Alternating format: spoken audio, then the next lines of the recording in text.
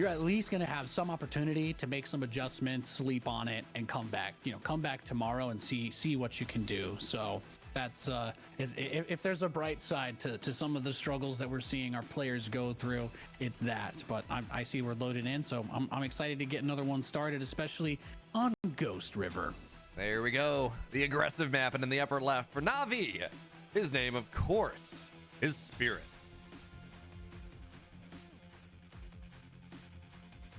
He faces off against the red Protoss player in the top right. He is Trigger.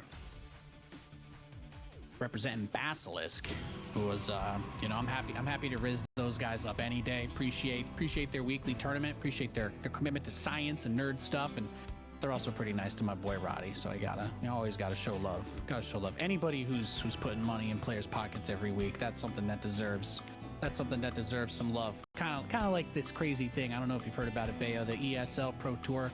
It's nuts, man. They got like weekly cups every week. They got so much money coming in. I hear this Max Packs guy wins them all, but it's still a good time. And I think that's always been the lifeblood of StarCraft, hasn't it? It's those little things that go on between the big things that keep us juiced up, that kind of keep us salivating for the primo. You know what I mean? Those big stage matches. Yeah, Nate, they're the reason that I get up at 5 in the morning every Monday morning. So I have a love-hate relationship with it. On the one hand, it's great StarCraft. On the other hand, I am getting up at 5 in the morning to do it. So, but yes, absolutely. Big fan. I got to say, though, talk about Basilisk, I'm a little jealous. They all went out to barbecue last night, and a place that I've heard a lot of good things about. And I posted the pictures. I saw the pics. I was drooling. So hungry. First I saw Cyril, and then I realized, they're at barbecue. God, wait. Like, damn. Were you drooling over Cyril or the barbecue? I'll plead the fifth. Fair enough. Don't want to incriminate you on that one. Yeah, someone clip that. I'm a Cyril fan. It's not really a secret. Now, it's interesting here, by the way. You talk about things that are secret or might not be secret. Spirit is going barracks, double gas, or this was actually more of a Reaper expand, but he's got this barracks command center on the low ground, but he's kind of hiding his factory a little bit. It's off the corner, and generally you'd want to put it like right next to the barracks so you can stop add-ons and take advantage of that one. So as you look at this, Nate, what does hiding this factory a little bit more, what does that say about what Spirit might want to do? Well, assuming, and he gets the depot lift, like, assuming that the Protoss player is going to do something like use the Adept Shade at your ramp, like, it's pretty normal if a Protoss doesn't have a clear idea of what you're trying to do, that they'll try and force that shade up. However, because he got the fast expand, there's really only so many things that Trigger can be expecting. So it's like, yeah, could it have been the second barracks? Could it be the 1-1-1?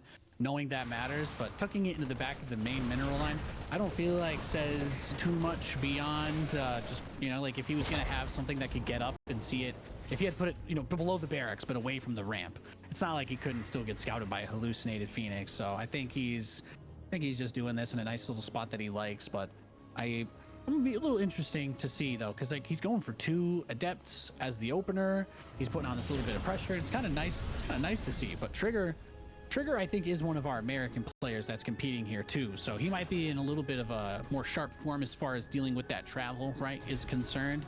But he's someone who's been kind of fun to watch. I think he's played Terran at some point as well, if I recall correctly in the ancient texts.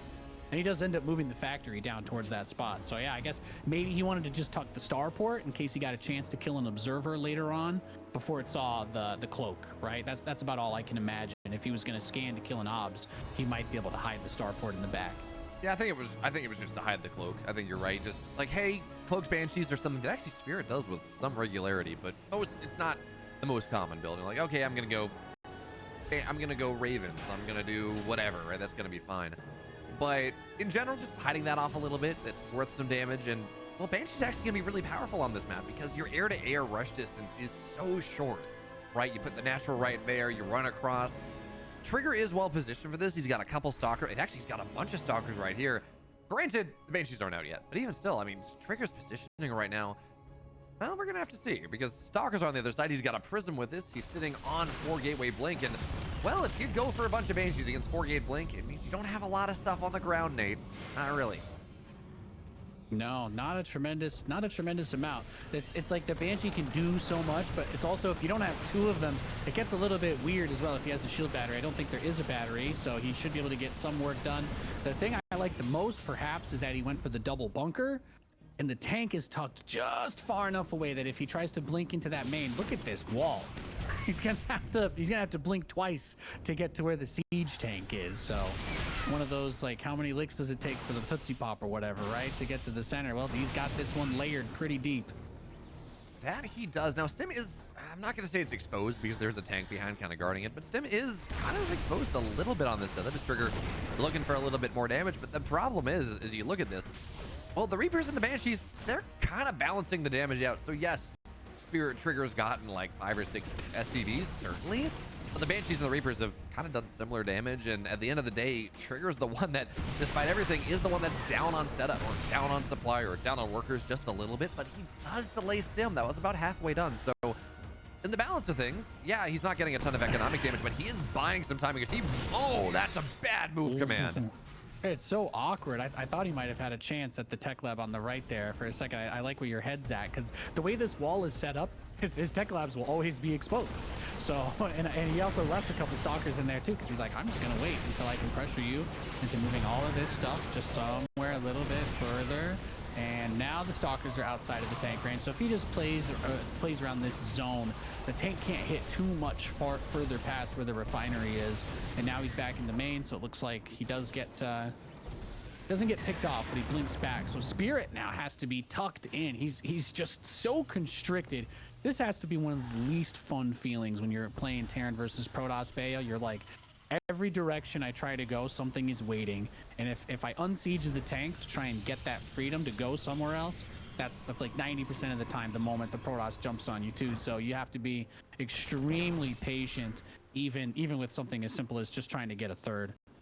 Yeah, that's fair, Nate. I totally get what you're saying, but on the flip side, Trigger's third base is not even done yet. Trigger's economy, he's equal on workers to the Terran, which is just not anywhere anywhere a Protoss player wants to be at this stage in the game, because mules make up for such a big deal. So yeah, and on top of that, it's not like there's a robo, he's got a robo, but it's not like there's a robo bay. It's not like there's disruptors or colossus or some next level of tech on the way. It's very gateway man-esque, right? Like that. I think that vibe comes from like having that economic. If he can have the third base secured, like he uses the contain, force out a lot of tanks, switch into charge lots, and then whatever army ends up leaving, there will be a lot of Marines and Marauders. But the tanks themselves, he wants to turn those into the liability, more or less. So he will get to see this third base at least attempt to be taken. And if it lands all the way with all the stalkers there, that's actually kind of awkward. So he's going to force a big stim. I think maybe getting a little overzealous. But you're right, the tech is not quite there. So as he breaks out, he's still going to rely on the zealots and the prism.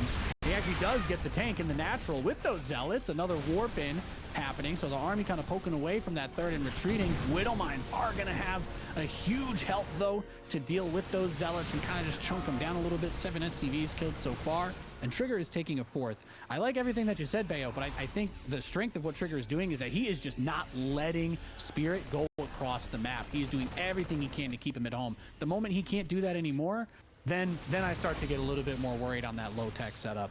I gotta say, I really like something that we saw Spirit do because yes, Trigger has been leaning into him 100%, but Spirit kind of realized, okay, Trigger's warping in right now. That's where his screen is. I can rally over and I can A move this. There are a bunch of zealots, is gonna be fine. So he found a bunch of stalkers on the bottom side, kind of about right here. He moves on top of them. Trigger didn't respawn, and he lost a lot more stalkers than he realistically should have.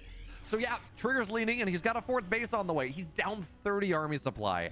And the quality of this army for Spirit as well is tremendous. It is so good with these tanks and the Marauders and the Widow Mines. Yeah, there's one Colossus. Extended Thermal Lance isn't done yet. This Him army trying to contest there is dicey. Yeah, this isn't the army you try to sandwich, but he's gonna go for it anyway. At least wanted to try and remove the tanks. I kind of like that for protecting the shield battery. It does have the Immortal up at the front, so there's the overcharge. I think killing the tanks, that's probably worth it for what he did. And it's just such a flimsy army until once he gets the second Colossus and extended thermal lance is done, then I feel a whole lot better about this for him. But Spirit has his third. We know he's got the mules, so that even number of workers turns into an income advantage for the Terran, and then he is getting the fourth command center while this happens. So Trigger already has his fourth, but Spirit is about to get eyes on that, and we do expect to see the Terran continue to do the harass, as that's pretty much their thing. He still has the Banshee in the northeast corner too.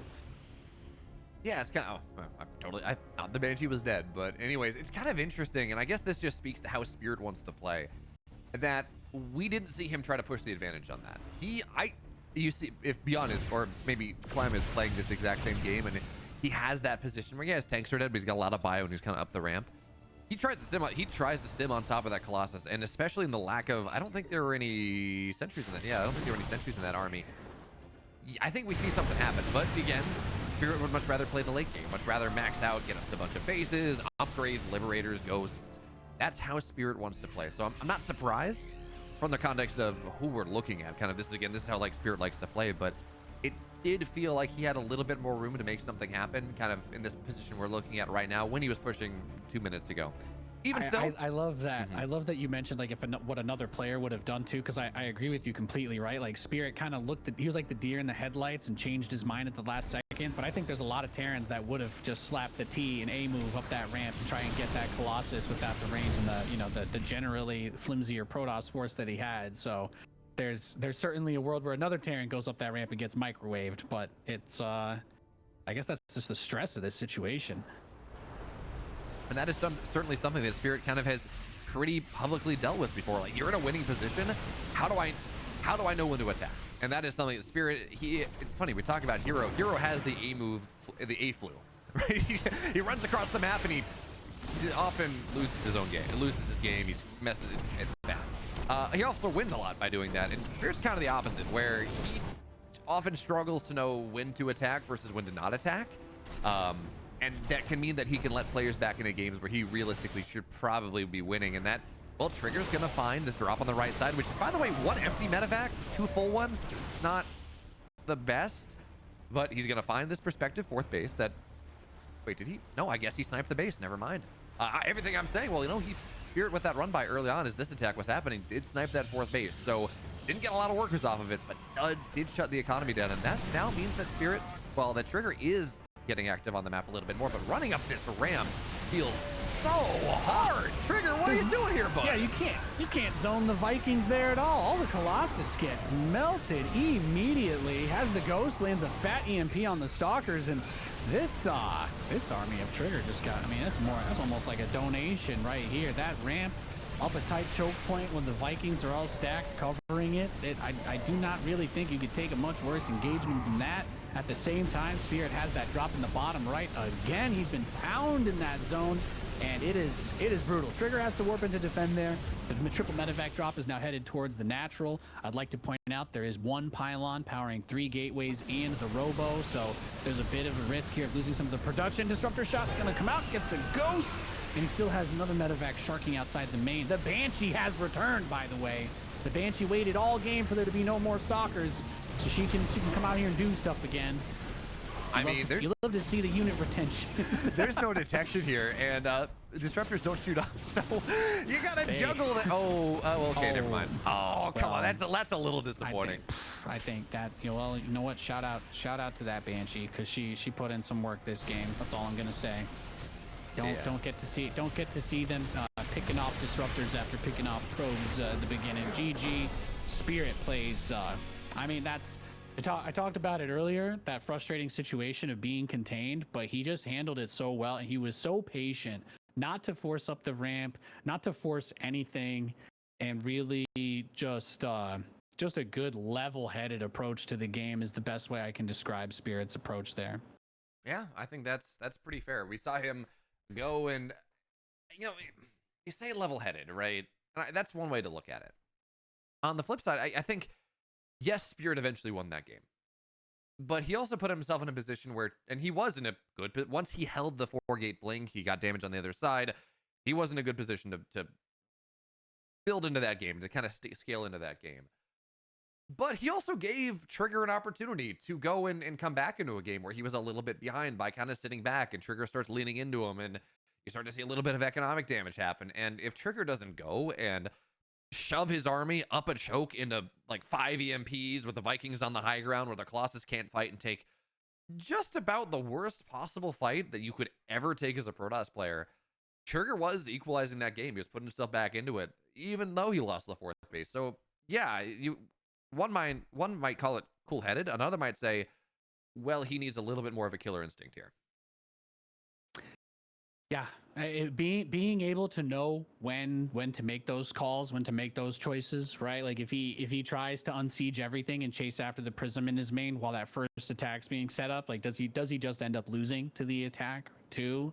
And the way that he had the wall off, like you think about the kind of things that can really derail a game or put a player on tilt. Having stim canceled in general, that's, I mean, pretty easy trigger for anybody. No pun intended to. You see, you have a big focal point of your tech. It's like, oh, my link speed got canceled. Like, how is this even possible, right? These are the kinds of things you don't want to deal with, but obviously can happen. And I think the fact that he didn't get baited into a bad play after that just kind of says everything. Being able to keep it together in stressful situations that's what competition's all about. That is very fair, and it's also one of these things where, like, if you are, again, this is lower bracket. It's not elimination, but you want to go further into this, so you get further into the knockout bracket before you get put there. And if this is how you feel most comfortable, play the game that you want to play. At the end of the day, you have a style that you're comfortable with, and whatever works for you is going to work for you. So now on a bit of a shorter map, you talked about the 2-lane MOBA map. Crimson Court is going to be game 2. Let's see if Spirit can make that 2-0. A trigger takes us to another game 3.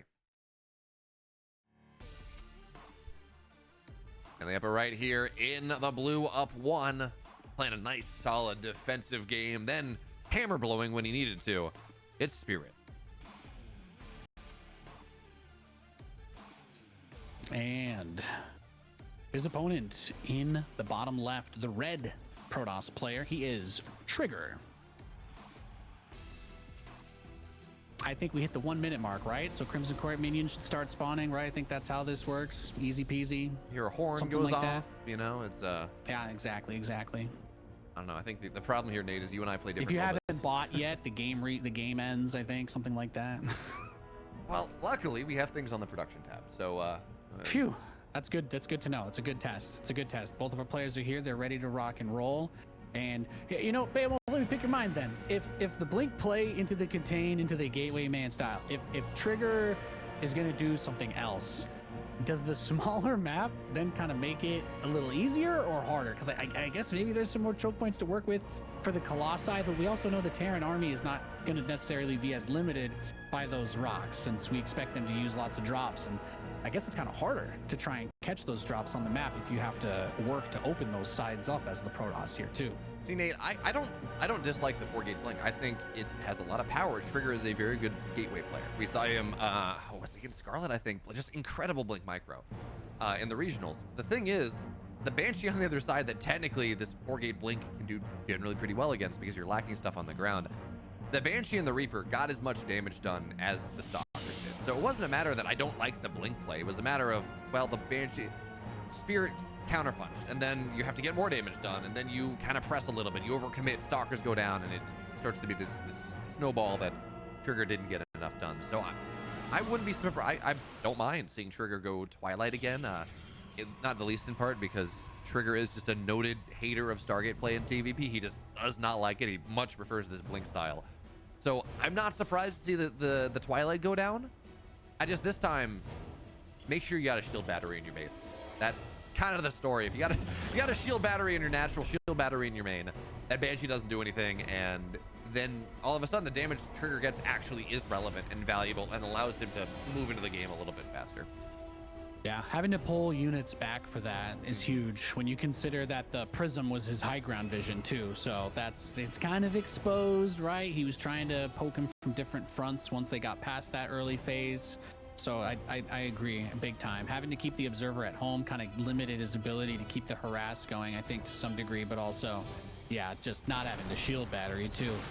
One Banshee takes a little while. Banshee does more damage than a Probe has shields, but that Stalker almost barely gets away. The Reaper, That's where the Reaper really delivers the value. When that unit almost gets away with 2 health, that's what you save that for. You get that last click. You didn't want to go for it again, though. Man, losing Stalkers, I understand what Trigger wanted to do. It's like poke, he's not gonna be expecting this. Trigger or Spirit's a defensive player. But poking out like that, losing 1 Stalker, getting all that much damage on a second, when you're going for a blink game, there's a Prism on the way. Yes, Trigger's taking the 3rd base through the gold wall, but when you're committing to something like that, every Stalker matters. Maybe, say, if you're not at the pro level, you might be able, 1 Stalker, whatever, but when we're talking about this setup, where this is Trigger, this is Spirit here, we're offline, we're at a LAN, every single unit matters, and trading 1 away for really minimal gain takes that much power out of the attack, and it means that Spirit's going to be able to hold with a little bit less, which means this Widow Mine drop is going to be maybe punished a little bit less. You know, it might not, but trading units away for minimal gain, especially in the early game when every unit does matter, is kind of painful. Yeah. Well, I think I'll just generally agree with the statement that Stalkers are expensive, especially what you're trading in versus usually in this matchup. Widow Mine drop, it's gonna just get not really much of anything. Actually, that's a pretty nice grab there. Grabs the Stalker warping in, so your 25 gas mine will shoot again. But Trigger trying to clap back in the main base, has 4 Stalkers and a Prism, which is enough for him to be one-shotting some workers. Has to be careful with the tank trying to target down the lowest Stalker. Good play so far, and he is gonna be able to step back. So it's a little bit awkward too, because Spirit out of that starport, like he's got the Liberator there, he still has the other drop waiting. So do you really want to take the time to try and make a Viking or something like that to get rid of this Prism? No, not really. You're just gonna kind of deal with it. So let's see how much he can deal, as he's just gonna push it back one more time without getting too much real damage to it. Yeah, the interesting, it's funny, losing a Stalker is painful. Realistically, getting that 1 Stalker pretty low is even more painful, because you notice he's moving. It's 4 Stalkers, they one-shot SCVs. You're not really committing all that hard actually to the Stalker count, but you're putting them across and you're trying to snipe SCVs. And that 1 Stalker that was as low as it meant that he had to pick it up a little bit faster, which meant that the damage potential, he got maybe, I don't know, 1 SCV less than he could have, 2 SCVs less than he could have. Or again, these small decisions early on, they do expand into less damage, into more damage you take, whatever it is. But for now, this is Spirit's time on the map. He's got 44 army supply to 19. He's got a ton of bio, a couple medevacs, and he's going to look to siege up probably outside of these rocks because, well, you talked about it. It's really good for tanks. Yeah, what I really like about this is he's trying to force these mines in right as he's got the main army moving out. And I think the observer has seen it, but he's trying to make it easier for himself by multitasking in this way. He also has the Liberator at the 3rd base, which is completely uncontested. 10 plus probes have killed so far. That Widow Mine is being dealt with, but the Robo just get killed. Was that the robotics facility? Are you kidding me? That's a huge grab. So the army up the front, the Liberator in the back. That Liberator is at 8 kills as it gets finally dislodged. And there's the observer too, so just going from tough to tougher here for Trigger. Yeah, you lose. It's not okay. Like, it might be like slightly okay if you lose something, but like you lose workers, but you hit you smash the attack at the front. You knock down the harass, and then you kind of slow push the attack at the front. But losing everything, losing the workers. I do like the Prism bulldogging on top, trying to knock these tanks down. But the problem is the natural's dead. Right? So like great. It's like really cool. That is a really cool, good play. Dropping zealots on tanks in almost any situation is good. That being said, this is not one of those situations where it completely turns things around. But he's happy to trade the bio. It's functionally 2 base-ish. He's got just 12 workers on that outward 3rd base now, and of course it'll be a big drop target that is exposed. He's gonna try and save the rest of these units and get away from the blink too. That's a very nice grab to save that tank. And okay, the only other thing I was gonna ask, well, Spirit has that 3rd command center done, so he's just gonna fly that right on over, and with the amount of SCVs he has, he'll be able to saturate it instantly too. Yeah, 13 SCV lead. He's got that army supply lead. The one thing he is lacking with this push, and actually didn't remark upon it at the time, but generally when you go for pushes like this, it's +1 stim combat shield. That's the mantra of a Terran push, regardless of when it hits. But this hit without +1, so that's only just finishing right now. It did allow Spirit to hit with maybe more stuff, more tech, but the bio, when stim, doesn't do quite as much damage as otherwise would have, but that's now complete. So On top of this, by the way, there are 4 tech labs on these barracks. There are 4 ghosts on the way at a time. So this Trigger's trying to get something done with these stalkers, but once the ghost goes down, once the EMPs go down, they're going to be at like 50% HP off the top. Life is, I understand. Trigger's trying to go double Robo Colossus. I don't hate it, right? There's not any Vikings on the field. If you can get like 4 Colossus up, maybe you have an opportunity. I don't think Spirit gives him that time.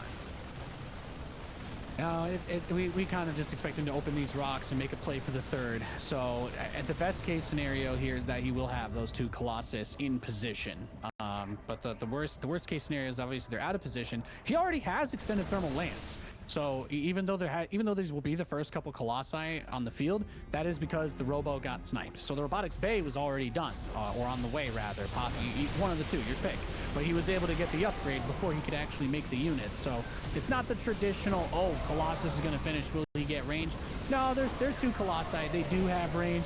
He's going to try and dive forward onto them. Some pretty good stutter stepping.